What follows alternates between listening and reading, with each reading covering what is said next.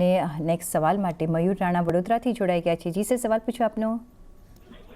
હા, હું અત્યારે આપણે આઈઓસી અને આઈઆરએફસીમાં એન્ટર કરવા માંગુ છું. 500 શેર ખરીદવા માંગુ છું. તો શું કરંટ પ્રાઇસ પર અત્યારે એન્ટ્રી કરી શકાય? કેટલા વખત માટે તમારે એન્ટ્રી કરવી છે? મારે 2 વર્ષ સુધી.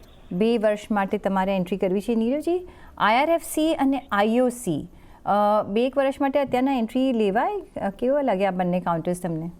તો સી ઓનેસ્ટલી આઈઆરએફસી પર અમારો એમ તો એક્ટિવ કવરેજ નથી, બટ ઓવરઓલ જે રેલવે થીમ છે અત્યારે ઘણો પ્રેશરમાં છે. લાસ્ટ 3-4 મહિનાથી આપણે જોઈ રહ્યા છીએ કે ઘણા બધા સ્ટોક્સ 35-40% જેવા કરેક્ટ થયા છે. પ્લસ જે બજેટમાં પણ થોડું આપણે એક ડિસઅપોઇન્ટમેન્ટ જોયું, કેપેક્સ ઓરિએન્ટેડ બધી જે પણ થીમ્સ છે, ઇન્ફ્રાસ્ટ્રક્ચર હોય કે પછી રેલવેઝ હોય, કેમ કે કોઈ એડિશનલ આપણે એક પોપઅપ નથી જોયું એમાં ફ્રોમ ધ ગવર્મેન્ટ સાઇડ.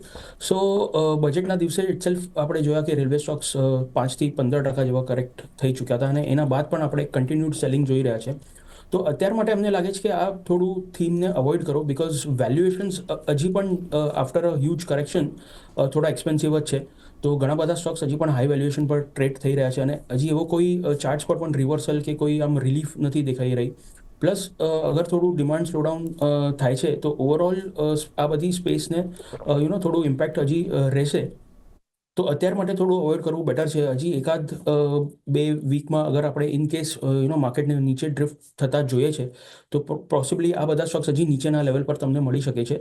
સો અત્યાર માટે અવોઇડ કરવાની સલાહ રહેશે. અને જે સેકન્ડ સ્ટોક છે આઈઓસી, એમાં અમારો વ્યૂ ક્લિયરલી સેલ છે. એનું કારણ એ છે કે બેઝિકલી આ from a long term perspective અમને લાગે છે કે કોઈ એવા ગ્રોથ લિવર્સ નથી એમાં કે તમને બહુ મોટો અપસાઇડ મળે.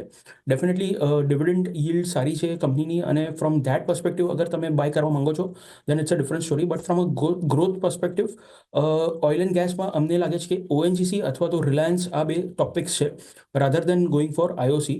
તો અમારી સલાહ એ જ રહેશે કે તમે આને અવોઇડ કરો અને ઓએનજીસી પર વધારે ધ્યાન આપો.